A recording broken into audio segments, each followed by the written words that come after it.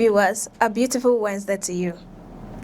According to a report by Punch, fear and frustration are growing in Imoka community, Akoko, Edo local government area of Edo State.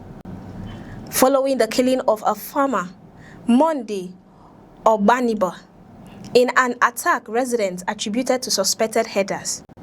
The incident has once again drawn attention to the worsening security situation in parts of Edo, where many rural communities say farming has become increasingly dangerous. In response to the latest killing, community leaders have appealed directly to Governor Monday Okpebholo, urging his administration to take immediate steps to protect lives and restore confidence among residents who now fear going to their farms. Our greater concern, information at our disposal, they want to turn this area for hardy kidnap victims. They have sold our ancestral farmland.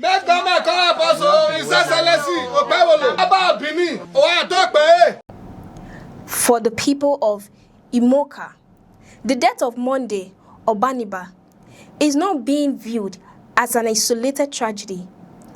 Community members say it represents another painful reminder of a security challenge that has steadily disrupted daily life and threatened their economic survival. Farming remains the primary source of income for many families in the area.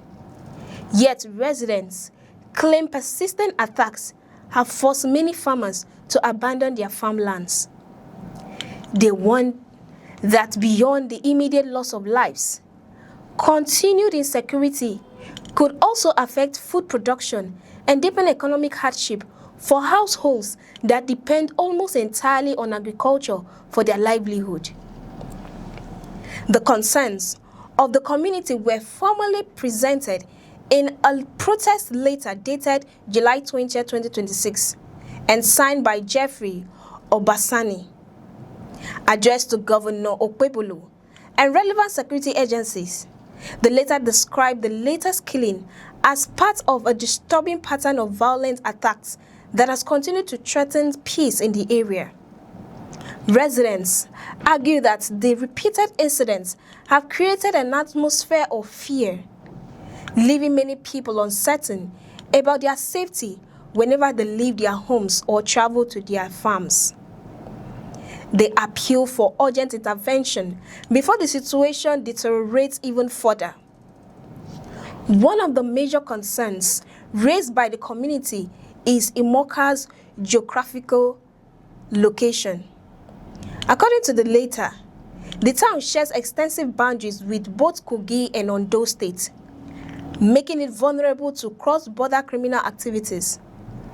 Residents believe that the movement of armed criminals across state boundaries has complicated security efforts and made it easier for attackers to evade law enforcement. They argue that without stronger cooperation among neighboring states, communities located along these borders will continue to face significant security risks. While expressing appreciation for efforts already made by the state government and local authorities, community leaders insisted that additional measures are now necessary. Their principal request is the establishment of a permanent security base in Imoka to provide a rapid response whenever attacks occur.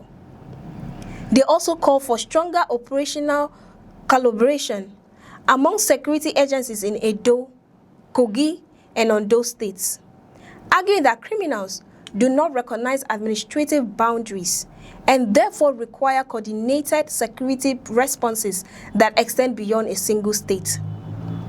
The latest appeal has also prompted a response from the chairman of Akoko Edo local government area, Alabi Oshonoge. Describing the killing as unfortunate, he expressed disappointment that insecurity remains a serious concern despite the resources already committed to supporting grassroots security. Oshonoge acknowledged the pain experienced by the community and emphasized that local security structures must become more effective in preventing kidnappings and violent attacks. His remarks suggest growing concern among local authorities and existing security arrangements are not producing the expected results. In a statement issued through his chief press secretary, Ajayi Julius, the council chairman challenged members of the Edo State Security Corps to intensify their operations across the local government. He reminded personnel that security begins within local communities and argued that the number of officers currently deployed should have significantly reduced criminal activities in the area. He questioned why residents were still experiencing kidnappings and violent attacks despite continued investment in local security, urging officers to strengthen patrols and improve their commitment to protecting rural communities. Oshonogi further encouraged members of the Security Corps to complement the efforts of the state government by remaining fully dedicated to combating kidnapping, cult-related crimes, and other forms of criminality. His message reflects increasing pressure on local security institutions to demonstrate measurable improvements, particularly in communities where residents believe security has persisted for far too long. Restoring public confidence, many observers argue, will require visible results rather than assurance alone. The chairman of the screening committee and secretary to the local government, Topa Okomayi, also expressed concern over the current security situation. He criticized what he described as the nonchalant attitude of some personnel within the Edo State Security Corps and called for greater discipline and dedication among officers. According to him, every security operative has a responsibility to remain vigilant and proactive, particularly in communities that continue to face repeated security threats. His comments reinforced the growing expectation that local security personnel should play a more active role in preventing attacks before they occur. The tragedy in Imoka also reflects a wider challenge confronting many farming communities across Nigeria. Rural residents often depend on agriculture as their primary source of income. Yet insecurity has increasingly affected their ability to cultivate land safely. When farmers abandon their fields because of fear, the consequences extend beyond individual families to food production, local economies, and broader national food security.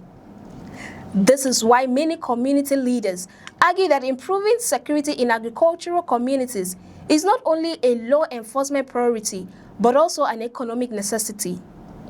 For the people of Imoka, however, the immediate priority is justice for Monday Obaniba and stronger protection against future attacks. They hope their appeal will result in concrete action, including improved security presence and greater cooperation among neighboring states. Whether those requests are implemented remains to be seen, but the message from the community is unmistakable. Residents want to return to their farms without fear, raise their family in safety, and rebuild confidence that the authorities can protect lives and properties.